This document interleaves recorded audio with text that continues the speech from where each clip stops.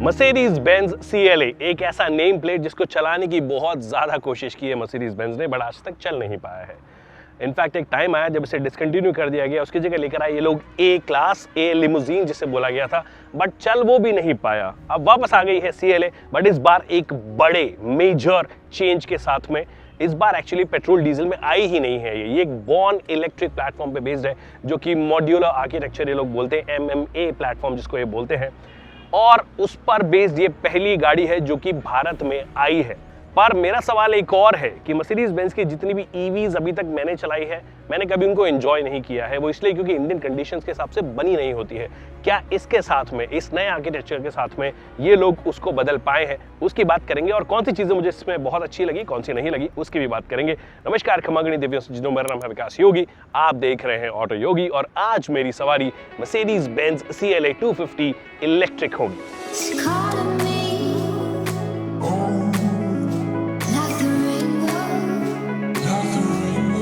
तो सबसे पहले कुछ बेसिक्स आपके क्लियर कर देता हूं कि ये एक ऑल न्यू प्लेटफॉर्म पे बनी है, ऑल न्यू आर्किटेक्चर पे बनी है। आर्किटेक्चर में आजकल सिर्फ प्लेटफॉर्म की बात नहीं होती है, आजकल इलेक्ट्रॉनिक आर्किटेक्चर की बात होती है। हाई वोल्टेज सिस्टम है, आई थिंक 780 वॉट का सिस्टम ये लोग बोलते हैं। और उसके साथ में क्या किया इन्होंने, एकदम प्रॉपर नए ज़माने के सेंसर्स, नए ज़माने का टच स्क्रीन, एनवीडिया की नई चिप है जो कि बोली गई कि अभी तक की सबसे फास्टेस्ट चिप्स में से एक है, जो कि अंदर का जो पूरा सिस्टम है उसको चेंज करती है। बट अंदर की बात बाद में करेंगे, अभी बात कर लेते हैं कि दिखने में कैसी है। अब देखिए CLA जो है, स्पेशली जो पुरानी वाली है, वो अभी भी one of the best looking Mercedes-Benz है, उसमें कोई डाउट नहीं है। बहुत सुंदर लगती है वो गाड़ी। यहाँ पर दिन में मुझे कंपैरेटिवली ये बेटर लग रही है। रात में एक्चुअली जब ये 140 स्टार्स जब जगमगाते हैं तो ये थोड़ी अजीब मुझे लगने लग जाती है। स्पेशली उन लोगों को और ज़्यादा अजीब लगेगी अगर सामने से आप आ रहे हो तो। हाँ, अगर थार वाला एक्स्ट्रा हाई बीम पे चला के आ रहा है, एक्स्ट्रा फ्लड लाइट्स लगा रखी है, तो ये उसका मुकाबला थोड़ा बहुत कर सकती है। इसका रेयर प्रोफाइल ज़्यादा बेहतर लगता है, और साइड से वो जो कूपे सॉर्ट ऑफ शेप है वो भी इसका अच्छा निखर कर आता है, बहुत अच्छा लगता है। इस पर्टिकुलर कलर में दिन में बहुत अच्छी लग रही है ये गाड़ी। हो सकता है कि ब्लैक कलर में जब ऑल ब्लैक हो जाए और ये जो चीज़ है वो और ज़्यादा बेहतर लगे, वो जगमगाने के बाद भी बेहतर लगे, but this is what it is. फिर ऑफ कोर्स आपकी ये मल्टी बीम LED हेडलैम्प्स वगैरह जो चीज़ें मिलती है ये लोग देते हैं, वो देते ही हैं, बहुत अच्छे से काम करती है, कहीं कोई दिक्कत नहीं है। एक ठीक ठाक लंबा सा बोनट है, एक नीचे फॉरवर्ड सा डिज़ाइन है जो कि टिपिकल कूपे शेप जो आप देखते हो, तो पीछे से भी एकदम शार्प ड्रॉप है और आगे से भी एक ड्रॉप नज़र आता है, तो ओवरऑल काफ़ी अच्छी लगती है। इनफैक्ट लंबाई के मामले में ये अभी जो C क्लास आती है उसके आसपास है, that means it's a long car. But CLA की दिक्कत रही थी कि वो पुरानी वाली CLA की बात करो, उसकी दिक्कत रही थी कि स्पेस बहुत ज़्यादा क्रिएट नहीं कर पाती थी, वो कूपे शेप में भी दिक्कत थी, शायद लंबाई भी उतनी ज़्यादा नहीं थी। क्या इसमें ये लोग शॉर्ट कर पाए हैं? और अंदर जाने से पहले बाहर का स्पेस आपको दिखा देता हूँ। 101 लीटर का फ्रंक आपको यहाँ पे दिया गया है, जो कि एक्चुअली अच्छा खासा लग रहा है। आपका एक प्रॉपर जो कैबिन साइज बैग होता है वो आप यहाँ पे रख सकते हो, बहुत सारा सामान रख सकते हो। और कंपनी का कहना है कि बहुत सालों बाद में इनकी एक गाड़ी पुरानी आती थी क्लासिक, उसमें फ्रंक ये दिया करते थे, अब ये फाइनली आ गया है इलेक्ट्रिक के साथ में, बॉर्न EV आर्किटेक्चर के साथ में। हम ये चीज़ देखते आए हैं, बट गुड थिंग यहाँ पे आ गया है। और बूट स्पेस भी जो है वो ठीक ठाक बड़ा है। ऑफकोर्स आप देखिए सेडान टिपिकल शेप है, तो आप वो उम्मीद नहीं कर सकते हो जो आपको बॉक्सी शेप मिलता है, पर 400 लीटर के आसपास का बूट स्पेस है, जो कि आप व्यवस्थित तरीके से अगर अपना सामान रखोगे तो बहुत सारा एक्चुअली आ सकता है। तो पुरानी CLA की सबसे बड़ी प्रॉब्लम थी कि उसमें स्पेस नहीं था, नई CLA की भी सबसे बड़ी प्रॉब्लम है कि इसमें स्पेस नहीं है। ये वाली जो सीट है वो ललित के हिसाब से एडजस्टेड है। ललित इज़ अबाउट 6, और मैं बहुत ज़्यादा लंबा आदमी नहीं हूँ, बट मुझसे लंबे अगर आप हो 5'8", 5'9" के भी अगर आप हो तो आपको कई सारी परेशानी होगी। वैसे मुझे भी जो परेशानी है at about 169 centimetres, close to 5'6", मेरे को थाई सपोर्ट मिल नहीं रहा है, मतलब है नहीं, मेरा पाँव जो है बस ऊपर, ये बस ये लटक ही रहा है। तो ये इसका मतलब ये है कि मैं बहुत ज़्यादा लंबा ट्रैवल नहीं कर पाऊँगा। अगर आपके बच्चे बहुत छोटे हैं तो फिर उनको फिर भी बिठा सकते हो, बट कंफर्टेबल नहीं है। नी अप पोजीशन में है ये चीज़, जो कि जनरली आप थर्ड रो सीट्स में देखते हो ना, बहुत सारी गाड़ियों की जिसमें थर्ड रो होती है, उनमें नी अप पोजीशन होती है, वैसी सी पोजीशन हो रही है। ऑल्सो पाँव भी स्ट्रेच करने के लिए ठीक है। ये वाली सीट अगर थोड़ी सी और ऊपर हो जाएगी तो मैं थोड़ा सा अच्छे से रख पाऊंगा, बट 6 फीट का बंदा अगर बैठा है ललित के फिजिक वाला, तो फिर मेरा पाँव भी बहुत ज़्यादा कंफर्टेबल नीचे भी नहीं है, तो मेरे लिए बहुत ही ऑकवर्ड सी पोजीशन है ये। अगर आप सीधा बैठने की कोशिश कर रहे हो, जैसे कि मैं अभी सीधा बैठ रहा हूँ, तो मेरे पास में मार्जिनल है 2 उंगली 3 उंगली की एक्चुअली जगह है, बट अगर आप मुझसे लंबे हैं तो फिर आपको ये हेडरूम भी नहीं मिलेगा। तो वो जो कूपे शेप की वजह से जो पुरानी वाली CLA के अंदर दिक्कत थी, वो दिक्कतें आपको यहाँ पर भी नजर आती है। तो रियर सीट स्ट्रिक्टली, बहुत स्ट्रिक्टली छोटे बच्चों के लिए ही है। और उसके अलावा पीछे वाली सीट में और क्या है देखिए, अगर आप ऑलरेडी देख रहे होंगे तो ये पाइपिंग, जैसे ये वाला जो एरिया है इसको लेदरेट का इस्तेमाल किया है, यहाँ पे डिफरेंट फैब्रिक का इस्तेमाल किया है, यहाँ पे थोड़ा सा फैब्रिक है। और ये वाला जो कलर है इसको मेंटेन करना बहुत मुश्किल है। और सिर्फ यहाँ पर ही नहीं है, अगर आप डोर ट्रिम की भी बात करोगे ना तो यहाँ पर भी ये सेम कलर जो है आपको नजर आता है। It's very difficult to maintain, to be honest. हमारे वाले कंडीशन में स्पेशली देख रहे हो, ये प्लास्टिक नहीं है, ये सॉफ्ट टच है, और सॉफ्ट टच को मेंटेन करना, गंदगी इजीली अट्रैक्ट होगा, वो एक चीज़ है। ये भी थोड़ा लाइटर शेड ही है, तो ओवरऑल मेंटेन करना थोड़ा सा मुश्किल होगा। बट एक चीज़ मैं आपको दिखा रहा था कि मैं अभी इस वाली सीट पे आ गया हूँ, इस यहाँ पे, और यहाँ पे सनशेड वगैरह भी नहीं है। नाउ अगर इसकी प्राइस लगभग 60 लाख एक शोरूम होती है, 65-70 लाख रुपए ऑन रोड जाती है, then you start expecting a lot of things.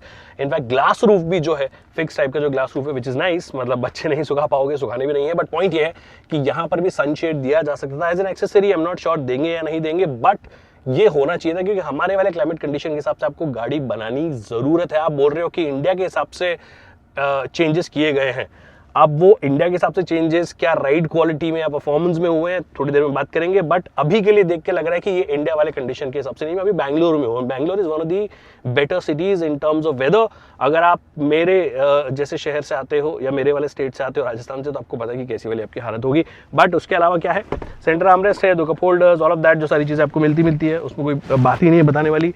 बात ये है कि इस वाली सीट को ये जो सीट है, जैसे बोल रहा था 40-20-40 में स्प्लिट हो जाती है। तो जैसे कि मैं इसको अगर फोल्ड कर देता हूँ तो मैं पीछे अगर कोई सामान पड़ा हो तो उसको एक्सेस कर सकता हूँ। तो वो प्रैक्टिकलिटी ऑफ कोर्स यहाँ पर है। बट पॉइंट ये है, it's not the seat that a lot of people will like। और फ्रंट सीट्स जो है वो डेफिनेटली पीछे वाली सीट से तो ज़्यादा कंफर्टेबल है। तो एज अ ड्राइवर अगर आप चला रहे हो तो आपके लिए डेफिनेटली ये ज़्यादा सपोर्टिव सीट्स हैं। को ड्राइवर भी अगर आप बात करोगे तो इलेक्ट्रिक एडजस्टमेंट वगैरह आपको यहाँ पे मिल जाता है, which is a nice thing. यहाँ पे अगर आप देखोगे तो ये जो मटेरियल यहाँ पे इस्तेमाल किया, इन्होंने बोला कि रिसाइक्लेबल है, सस्टेनेबल है।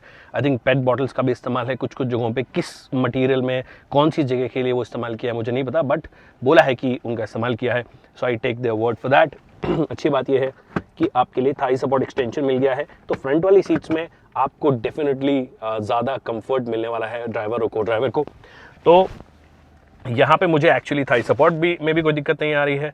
ऑफ कोर्स हेडरूम जो है अब टिपिकल सेडान्स में आपको कमी मिलता है, तो वो एक चीज़ है। सो यू बेसिकली थोड़ा सा लीन होके आप बैठ रहे हो, जैसे मैंने बोला इलेक्ट्रिक एडजस्टमेंट वगैरह सारी चीज़ें दे दी गई है, वो एक अच्छी चीज़ है।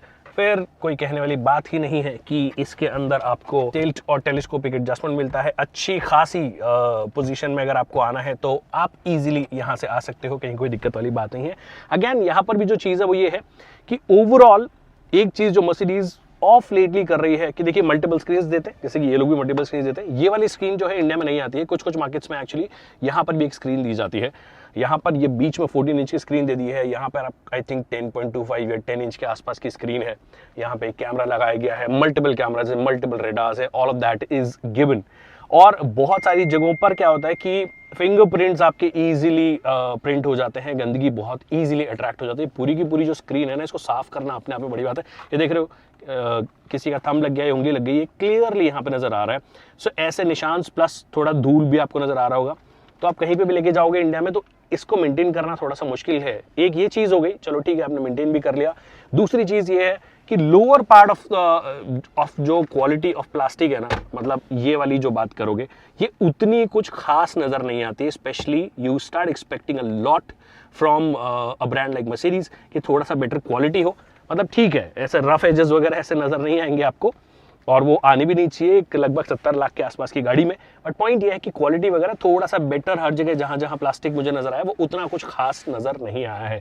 एक और चीज, ये मिनिमलिज्म का जो एक आजकल माहौल चल रहा है पूरी दुनिया में, वो यहाँ पर भी है। You don't have like a dedicated tactile feedback वाले बटन्स। हर चीज या तो आप इस टच स्क्रीन से करो, कुछ कुछ चीजें आप यहाँ से भी कर सकते हो, जैसे डायनामिक सेलेक्ट वगैरह जो है, यहाँ पर भी ये टच पैनल ही है। आप इसको दबाओगे तो ये डायनामिक सेलेक्ट खुल जाएगा, जिसके अंदर ऑफ कोर्स आपको डिफरेंट मोड्स वगैरह जाने हो। ड्राइविंग मोड जब चलाएंगे तब दिखा दूंगा मैं आपको।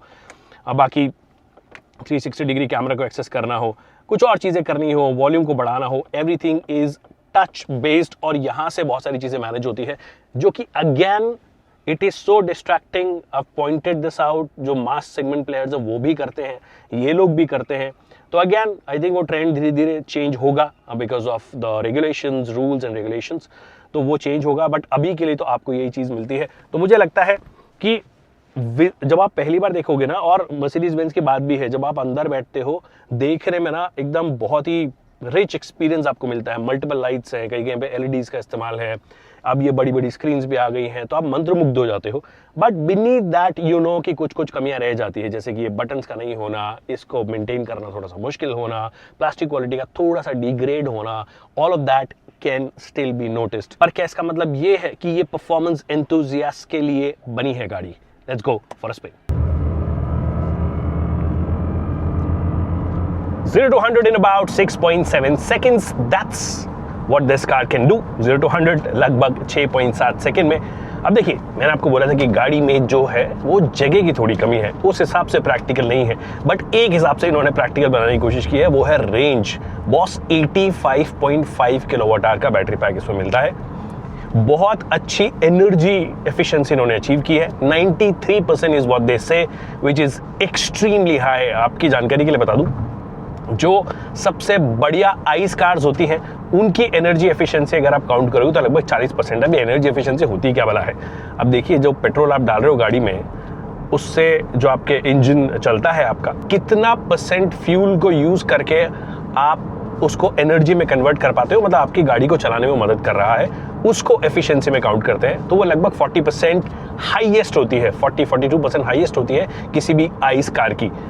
In the case of EVs it's of course very very high, कि आपने जितना चार्ज किया है और फाइनली कितना रेंज आप निकाल पाओगे, उस हिसाब से कैलकुलेट करोगे तो बहुत ज़्यादा हाई होती है। इसकी उनमें भी बहुत हाई है, 93% है, जो कि बहुत बढ़िया। और इसी वजह से WLTP साइकिल का जो क्लेम है वो 792 किलोमीटर्स है, बहुत ज़्यादा है बॉस। मतलब अगर आप बहुत ही तसल्लीदार तरीके से इंडिया बुक ऑफ रिकॉर्ड्स बनाने के हिसाब से गाड़ी चलाओगे तो शायद इतना चलाकर आप जयपुर पहुंच जाओगे। कुछ लोगों ने पंच ईवी चलाकर लगभग 700 किलोमीटर चला दी है, जो कि रियलिस्टिकली पॉसिबल नहीं है। बट विद दिस कार मुझे लगता है कि 600 किलोमीटर निकालना ईजिली डूएबल है, आप आराम से वो चीज़ कर सकते हो। ऑल्सो एक चीज़ बता दूं आपको, ये जो बैटरी पैक इसमें आपको मिल रहा है, मतलब जो सेल्स हैं वो NMC हैं, जिनको एनर्जी एफिशिएंट ज़्यादा माना जाता है LFP के मुकाबले। LFP की लाइफ को थोड़ा ज़्यादा माना जाता है, बोलते हैं कि प्रॉब्लम कम आती है। बट NMC के साथ में भी ऐसा नहीं है कि आपको रोज़ कहीं ब्रेक डाउन होता हुआ मिलेगा। इनफैक्ट कई जो मास सेगमेंट मैन्युफैक्चरर्स हैं जो कि ईवीज चलाते हैं वो LFP हैं, और वो ब्रेक डाउन होते हुए आपको बहुत ज़्यादा मिल जाते हैं, उनकी बैटरीज रिप्लेस होती मिल जाती है। इनफैक्ट स्कूटर्स में भी LFP आती है। सो इट टोटली डिपेंड्स कि आपने किस तरीके से ट्यून किया है, इट टोटली डिपेंड्स कि किस तरीके से आपका बैटरी मैनेजमेंट सिस्टम है, आपका कूलिंग मैकेनिज्म क्या है। All of that makes a huge difference. But point ये है कि गाड़ी में ऑफ कोर्स ये वाली प्रैक्टिकलिटी तो मिल गई है, बट स्पेस वाली प्रैक्टिकलिटी नहीं है। तो जब आपको ये चीज़ें नहीं मिलती है तो आप क्या उम्मीद करते हो? आप उम्मीद करते हो कि भैया एटलीस्ट मेरे को मज़ा तो आना चाहिए इस गाड़ी को चलाने में। क्या मज़ा आता है? अब देखिए, एक चीज़ जो अच्छी है वो ये कि ये by default rear wheel drive है। पीछे की साइड में आपकी जो मोटर है वो पीछे की साइड वाले एक्सल है उसको पावर देती है, पीछे वाले पहियों को चलाती है, जिसकी वजह से रियर व्हील ड्राइव है। तो अगर आपको वो वाली चीज़ चाहिए तो वो डेफिनेटली यहाँ पे मिल जाएगी।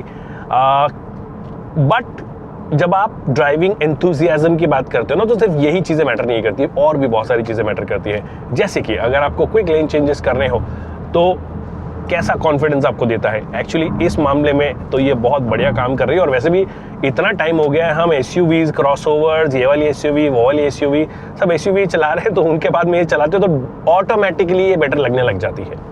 बट पॉइंट ये है कि जब आप बात करते हो कि क्या इससे बेहतर इस प्राइस ब्रैकेट में आपको गाड़ियां मिलती है जो और ज़्यादा इन्वॉल्विंग लगेंगी चलाने में, जी हाँ, डेफिनेटली आपको लगेंगी। तो दूसरी चीज़ ये है कि स्टीयरिंग का जो वेट है ना अपने आप में, वो मुझे उतना कुछ खास नहीं लगता है। स्पेशली अगर आप 80 के नीचे हो ना तो बहुत ज़्यादा ऐसा वेग टाइप इसका स्टीयरिंग है। 80 के ऊपर जाते हो तो अच्छा वे अप हो जाता है, बहुत बढ़िया हो जाता है। 90-100 पे तो बहुत बढ़िया कंट्रोल आपको लगेगा। स्पेशली स्पोर्ट मोड में मैं चला रहा हूँ तो मुझे वो चीज़ फील हो रही है। तो स्टीयरिंग का जो वेट है वो उतना ज़्यादा अच्छा नहीं है। हो सकता है आप शहर में चलाओगे तो आप उसको अप्रिशिएट करोगे कि यार ये तो लाइट स्टीयरिंग व्हील है, मैं चला सकता हूँ इस गाड़ी को भी आसानी से। यहाँ चला सकते हो, कहीं कोई दिक्कत वाली बात नहीं है। स्ट्रेट रोड स्टेबिलिटी भी जो है इस गाड़ी की बहुत अच्छी है, और क्योंकि लो स्लंग है तो ऐसा शार्प टर्न्स या कॉर्नर्स आएंगे तो ऐसा नहीं होगा कि आपको कुछ कॉन्फिडेंस नहीं आएगा। वो ऊंची जो आपकी इलेक्ट्रिक एसयूवीज होती हैं उनके अंदर आपको ऑफकोर्स फिर भी थोड़ा सा लगता है कि उतना इन्वॉल्विंग नहीं है। सस्पेंशंस की स्पेसिफिकली बात करूं तो हाई स्पीड रन्स के लिए अच्छा खासा ट्यून्ड है, मेरे को कहीं कोई दिक्कत नहीं हो रही। जैसे मैंने बोला कि स्ट्रेट रोड स्टेबिलिटी अच्छी है, आप एक लेन से दूसरी लेन में जा रहे हो वो भी अच्छा है। और इनफैक्ट इन्होंने सस्पेंशन को इस बार इस हिसाब से ट्यून किया है कि अगर आप शहर में चला रहे हो इस गाड़ी को और वो जो हमारे थोड़े खराब पैचेस आ जाते हैं उसमें ये मर्सिडीज की बाकी इनफैक्ट बहुत ज़्यादा एक्सपेंसिव इलेक्ट्रिक कार्स से बेहतर तरीके से हैंडल करता है। Yes, tyres can still be better, energy efficient tyres आप देते हो जिसकी वजह से वो उतना ज़्यादा एब्जॉर्प्शन नहीं कर पाते हैं, क्योंकि उनका काम है आपको ज़्यादा से ज़्यादा रेंज निकाल के देना, और उसी वजह से उतने अच्छे से ये चीज़ें नहीं हो पाती हैं। मैंने आई थिंक बहुत बार बोल चुका हूँ मैं, और ये वापस मैं दोहराना चाहता हूँ कि जो आइस टर्न्ड ईवीज हैं उनकी राइड क्वालिटी, उनका सस्पेंशन ज़्यादा बेहतर ट्यून्ड होता है एक इलेक्ट्रिक गाड़ी से, क्योंकि उस प्लेटफॉर्म पे आपने सालों बिताए हैं, आपने इनफैक्ट 1 दशक से ज़्यादा आपने निकाल दिया है। सिमिलर आप सस्पेंशन यूज़ करते हो, सिमिलर आप टायर यूज़ करते हो, तो वो ऑटोमेटिकली हमारी कंडीशन है या किसी भी कंडीशन में ज़्यादा बेहतर तरीके से काम करेंगी। अभी जो मक्खन रोड है जैसे फॉर एग्जाम्पल, ये ऐसी रोड्स आपको जनरली मिलती नहीं है। हैदराबाद वाली रोड है, बैंगलोर हैदराबाद, ऐसी रोड्स आपको जनरली मिलती नहीं। अगर मिल जाती है तो आप एंजॉय करोगे, अगर खराब मिल जाती है तो फिर आप वो हाई स्पीड में अगर आप हो, जब थोड़ा सा स्टिफन अप हो जाएगा सस्पेंशन, एकदम से अगर कोई रफ पैच आया इट विल बी अनसेटलिंग। तो वो जो चीज़ें है ना वो मुझे लगता है कि अभी भी आइस टर्न्ड ईवीज बेहतर करती है। इनफैक्ट आप out of all the Germans if you drive a BMW electric car you will feel कि इंडिया की कंडीशन के हिसाब से क्या बेहतरीन ट्यून वो चीज़ होती है। टायर्स भी ज़्यादा बेहतर काम करते हैं, सस्पेंशन भी ज़्यादा बेटर काम करते हैं, तो वो एक चीज़ है। बट मैं ऐसे नहीं बोलूँगा कि बहुत ज़्यादा एंथुजियास्ट फ्रेंडली है, but it's not going to disappoint you as well, it's pretty sorted in a lot of sense. Breaking जो है ऑफ कोर्स ये जो इलेक्ट्रिक कार्स होती हैं इनके अंदर रीजन अगर आपका अपने हाईएस्ट मोड पे किया हुआ है तो पहले वो वाले ब्रेक सप्लाई होते हैं, जैसे आप एक्सीलरेटर से पाँव उठाओगे और फिर उसके बाद में आपके मैकेनिकल ब्रेक्स हैं, आप उसको दबाते हो तो एक वो लर्निंग कर्व थोड़ा सा ज़्यादा होता है। तो अगर आपके लिए पहली इलेक्ट्रिक कार है तो वो आपके लिए थोड़ा सा अलग होगा, वो सडन जो आपको वो जो बाइट चाहिए होता है वो नहीं मिलेगा। बट वहीं पर कंफर्ट आपका बढ़ा था, जब आप शहर में चला रहे हो, आपने रीजन हाई किया हुआ है, वो ऑटोमेटिकली ब्रेक कर लेगा और मतलब आप जैसे पाँव उठाओगे एक्सीलरेटर से थोड़ा स्लो हो जाएगा, फिर आप वापस एक्सीलरेटर पे पाँव ले आइए और आपकी गाड़ी चलना शुरू कर देगी। अब देखिए एडास की बात कर लेते हैं, क्योंकि उन्होंने बोला कि भैया नया चिपसेट यूज़ किया है, काफ़ी एडवांस एडास है। अब देखिए मुझे genuinely I am not an expert on this, but हाँ लेन की बसेस बहुत बढ़िया काम कर रहा है। I am sure emergency breaking भी बहुत बढ़िया काम करेगा, मैं आपको टेस्ट करके नहीं दिखाऊंगा, पर आई एम श्योर बहुत अच्छा काम करेगा। बट ये जो लाइन को डिटेक्ट करने की कैपेबिलिटी है इसकी बहुत अच्छी है। मल्टीपल रेडार्स है, सुपरसोनिक सेंसर्स हैं, 1000 चीज़ें इन्होंने लगाई है। रेयर रेडार आपके लिए लगाया गया है, आई थिंक 5 रेडार है या 6 रेडार है, टोटल नंबर होगा जो एग्जैक्टली मेंशन कर दूंगा। बट वो सारे इन टैंडम बहुत अच्छे से काम करते हैं, गाड़ी को ओवरऑल सेफ रखते हैं। सेफ्टी की बात करें तो 8 एयर बैग भी आपको गाड़ी के साथ मिल जाते हैं और बाकी जो स्टैंडर्ड फीचर्स हैं वो मिलते हैं आपको। इट्स वन कार जो कि मुझे लगता है कि out of all the Mercedes electric car that I have driven, this is most recommend वर्दी। अगर आप 2 लोग या एक मतलब न्यूक्लियर फैमिली है, आप हस्बैंड वाइफ हैं और आपके साथ में बच्चे हैं, तो आप इजीली जा सकते हो। या जनरली अगर आप 2 लोग चला रहे हो या बच्चों के साथ में चला रहे हो तो फिर आपके लिए प्रैक्टिकल गाड़ी हो सकती है जिसमें आप लॉन्ग डिस्टेंस जेन्युइनली कर सकते हो। लॉन्ग डिस्टेंस में एक और चीज़ होती है कि गाड़ी कितनी जल्दी चार्ज होती है। आई थिंक 320 किलोवाट की स्पीड तक ये चार्ज होती है।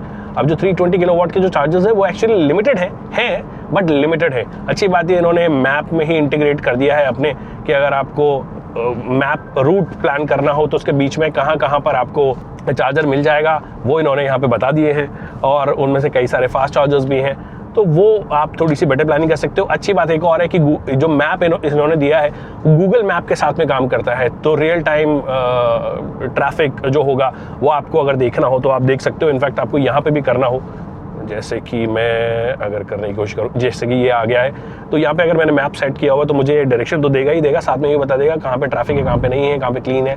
तो ये गूगल के साथ में इंटीग्रेट होकर इन्होंने किया है, विच आई थिंक इस लेआउट के साथ में it's even better. Google map से बेटर लेआउट हो गया, बट जो सारी आपकी फंक्शनैलिटी है, मतलब जो आपकी यूजफुल फीचर्स हैं वो सारे के सारे आपको यहाँ पे मिल गए। अब अगर आप एंथू गेटलेट हो तो एक और चीज़ जो आपको बहुत अच्छी लगेगी वो है कि इस वाली गाड़ी के साथ अब आपको 2 स्पीड गियर बॉक्स मिलता है। जनरली जो इलेक्ट्रिक कार्स हमने देखी है उसमें 1 स्पीड के गियर बॉक्सेस मिलते हैं, बट अब बहुत सारी कार्स हैं जिनमें 2 स्पीड के गियर बॉक्सेस मिलने लगे हैं। अब ये 2 स्पीड का लोचा क्या है, 2 गियर रेशियोज है। एक जो पहला है वो 11:1 है और जो दूसरा है वो 5:1 है। 11:1 आपका काम करेगा up to I think 100 kmph की स्पीड, और उसके ऊपर अगर आप जा रहे हो तो 5:1 आपके लिए काम करेगा। तो मेजॉरिटी ऑफ केसेस में आप पहले गियर रेशियो में ही रहोगे, और उसका मतलब ये लॉन्ग गियर रेशियो है। उसका काम है कि आपको इनिशियली अगर वो जो 0 to 100 वाली फास्टनेस चाहिए, वो हल्का सा इनिशियल मोमेंटम चाहिए, वो चीज़ें डेफिनेटली मिल जाएगी।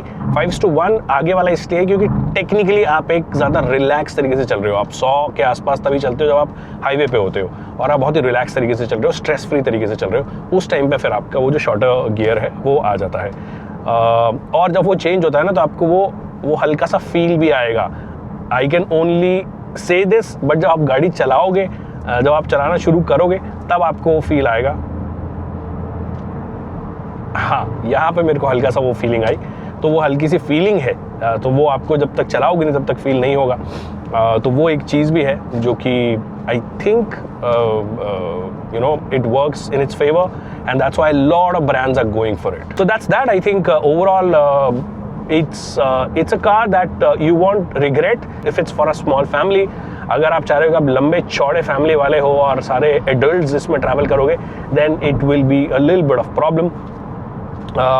Not too enthusiast friendly, but it's not going to disappoint you as well. It's a pretty decent product in a lot of sense, और कुछ चीज़ों में और डेफिनेटली बेहतर हो सकता था, स्पेशली स्पेस में। लॉन्ग डिस्टेंस जब आप ट्रैवल करते हो तो पीछे वालों को भी थोड़ा आराम चाहिए होता है, उनकी थाई को सपोर्ट चाहिए होता है, वो चीज़ें आपको यहाँ पे नहीं मिलती है। तो ये हो गई कहानी इस गाड़ी की।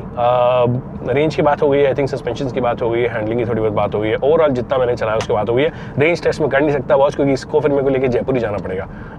तो अब फाइनल बात कर लेते हैं। तो मर्सिडीज बेंज की बहुत सारी इलेक्ट्रिक कार्स चलाने के बाद में, और इसको चलाने के बाद में एक चीज़ मुझे समझ में आई है, this is one of their best cars in EV space. अब वो प्लेटफॉर्म हो, मैच्योरिटी हो, ईयर्स ऑफ टेस्टिंग हो, या कोई भी रीज़न हो, उसकी वजह से ये बहुत प्रैक्टिकल लग रही है in terms of range as well. और अगर आप इंडियन कंडीशंस में चला रहे हो, despite the fact that it's a sedan, आप इससे मैनेज कर सकते हो फॉर श्योर। आप तब मैनेज नहीं कर सकते जब आपकी फैमिली में 4 एडल्ट्स हो या 5 एडल्ट्स हो, तो फिर आपके लिए ये गाड़ी नहीं है। अगर आप एक न्यूक्लियर फैमिली में हो, हस्बैंड वाइफ हो, गर्लफ्रेंड बॉयफ्रेंड हो, अगर साथ में आप ट्रैवल करना चाहते हो तो आप कर सकते हो। अगर आपके बच्चे हैं तो ऑफकोर्स बच्चे भी पीछे बैठ जाएंगे, but it is a car जो कि बहुत प्रैक्टिकल है रेंज के पॉइंट ऑफ व्यू से, कि अगर आप लॉन्ग डिस्टेंस भी करना चाहते हो तो ईवी वाला जो रेंज एंग्जाइटी है वो आपको नहीं आएगा, क्योंकि आप इजीली इसे 600 से 650 किलोमीटर कर सकते हो। क्लेम 792 किलोमीटर है। If you can drive it really well, I am sure 650 या उससे ज़्यादा भी रेंज आपके लिए निकल जाएगी। बस एक चीज़ बकाया है, वो है प्राइस। अगर ये प्राइस बहुत अच्छी रख देते हैं, आई एम होपिंग कि लगभग 60 से 65 लाख के बीच में होगी। अगर वो प्राइस हो जाती है तो फिर ये बहुत सारे लोगों के लिए सेंस बनाने लग जाएगी। आई होप आपको वीडियो पसंद आएगा। वीडियो पसंद आया तो इसे लाइक करना और शेयर करना ना भूलिए। अगर कोई सवाल है जो कि रह गए हैं तो कमेंट सेक्शन में पूछ सकते हैं, हम उसका जल्द से जल्द जवाब देंगे। Thank you so much people for watching this video.